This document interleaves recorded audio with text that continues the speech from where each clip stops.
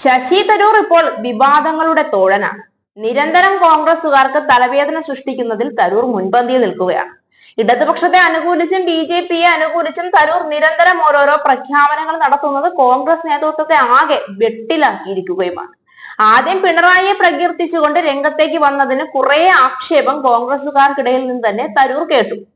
അതിനു പിന്നാലെ മോദി സ്തുതി പാടിയും തരൂർ എത്തിയിരുന്നു. ഇപ്പോൾ പിന്നെയും മോദി സ്തുതി പാടിയതിനെ ശക്തമായ ഭാഷയിൽ വിമർശിച്ചുകൊണ്ട് കോൺഗ്രസ് നേതാവ് ഉദിത് രാജ് രംഗത്ത് വന്നിരിക്കുകയാണ്. BJPക്കാരനാകാനാണോ തരൂരിന്റെ ശ്രമം എന്നാണ് ഉദിത് രാജ് തരൂരിനെ വിമർശിച്ചുകൊണ്ട് ചോദിച്ചത്. തരൂരിന്റെ പ്രവർത്തനങ്ങൾക്ക് കോൺഗ്രസ് നേതൃത്വത്തിനുള്ളിൽ ആകെ അവമതിപ്പുള്ളപ്പോഴാണ് വീണ്ടും പഹൽഗാം വിഷയത്തിൽ കോൺഗ്രസുകാരെ വെട്ടിലാക്കിക്കൊണ്ട് തരൂർ പിന്നെയും രംഗത്ത് വന്നത്. അത് കോൺഗ്രസുകാരെ മൊത്തത്തിൽ ചൊടിപ്പിച്ചിട്ടുണ്ട്. കേരളത്തിലെ കോൺഗ്രസുകാർക്കിടയിലും ഈ കാര്യത്തിൽ വലിയ അഭിപ്രായ വ്യത്യാസം നിലനിൽക്കുകയാണ്. രാജീവ് ചന്ദ്രശേഖറും സതീശനും തമ്മിലുള്ള വാക്പോര് കേരളത്തിൽ മുറുകുന്നതിനിടയിലാണ് തരൂരിന്റെ ഈ പരാമർശം.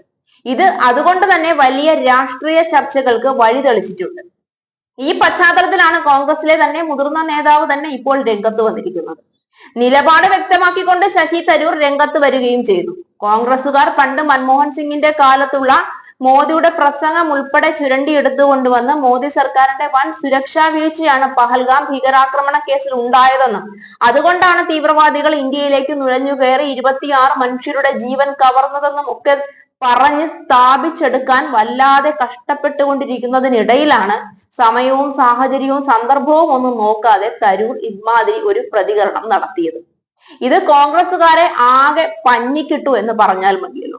കോൺഗ്രസിനുള്ളിൽ നിന്ന് തന്നെ ശശി തരൂരിന് പല പ്രാവശ്യം നിർദ്ദേശം കിട്ടിയതാണ് മറ്റു പാർട്ടിക്കാരെ അനുകൂലിക്കുന്ന തരത്തിലുള്ള ഒരു പരാമർശങ്ങളുമായി ഇറങ്ങിത്തിരിക്കരുത് എന്ന്. എന്നാൽ എനിക്ക് തോന്നുന്നത് ശരിയെന്ന് ഉറപ്പുണ്ടെങ്കിൽ ഞാൻ എവിടെയും പറയുമെന്ന നിലപാടിൽ ഉറച്ചു തന്നെയാണ് തരൂർ അന്നും നിന്നത്, ഇപ്പോഴും നിൽക്കുന്നത്. തരൂരിനെതിരെ ശക്തമായ നടപടികൾ ആവശ്യമാണെന്ന നിലപാടിൽ ഉറച്ചാണ് നേതൃത്വവും നിൽക്കുന്നത്. പഹൽഗാമിലെ ഭീകരാക്രമണം തടയുന്നതിലെ രഹസ്യാന്വേഷണ വീഴ്ച ഇപ്പോൾ ചർച്ചയാക്കേണ്ടതില്ല എന്നാണ് കോൺഗ്രസ് പ്രവർത്തക സമിതി അംഗം ശശി തരൂർ രാവിലെ പറഞ്ഞത്. ഒരു രാജ്യത്തിനും 100% കുറ്റമറ്റ സംവിധാനം ഉണ്ടാകില്ല എന്നും ഇസ്രയേലിന്റെ ഉദാഹരണം ചൂണ്ടിക്കാട്ടിക്കൊണ്ട് സുരക്ഷാ വീഴ്ച പിന്നീട് പരിശോധിക്കണമെന്നും ഇപ്പോൾ അതിനല്ല പ്രാധാന്യം കൊടുക്കേണ്ടതെന്നും തരൂർ പറഞ്ഞത്.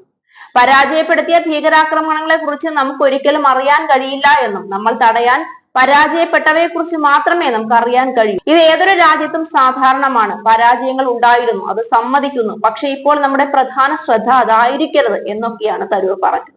എന്നാൽ അതേസമയം മോദി സർക്കാർ പഹൽഗാം ഭീകരാക്രമണത്തിൽ വോട്ട് ബാങ്കാക്കി മാറ്റി ബീഹാറിൽ നടത്തിയ പ്രസംഗത്തിനെതിരെയൊന്നും തരൂർ ഒരക്ഷരം പോലും സംസാരിച്ചിട്ടുമില്ല. രാജീവ് ചന്ദ്രശേഖർ കേരളത്തിൽ സതീശനെതിരെ വലിയ വാക്പോര് നടത്തുന്നതിനിടയിലാണ് തരൂരിന്റെ ഇത്തരം പരാമർശമെന്ന് ഓർക്കണം.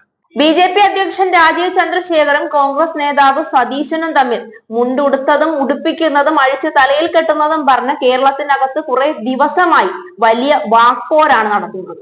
അതിനെതിരെ കോൺഗ്രസിനിടയിലും BJPക്കാർക്കിടയിലും വലിയ ചർച്ചകളും നടക്കുന്നുണ്ട്. ഇതിനിടയിൽ കോൺഗ്രസിൽ നിന്ന് തന്നെയുള്ള വലിയ ഒരു നേതാവ് ശശി തരൂർ ഇത്തരത്തിൽ BJP അനുകൂലിച്ചുകൊണ്ടുള്ള ഒരു പരാമർശവുമായി മുന്നിലേക്ക് വന്നത് കൂടുതൽ രാഷ്ട്രീയ ചർച്ചകൾക്കാണ് വഴിതെളിച്ചിരിക്കുന്നത്. ഇതോടുകൂടി ശശി തരൂരിന്റെ കാര്യത്തിൽ ഒരു തീരുമാനമാകുമെന്നാണ് കോൺഗ്രസ് നേതൃത്വം പറയുന്നത്.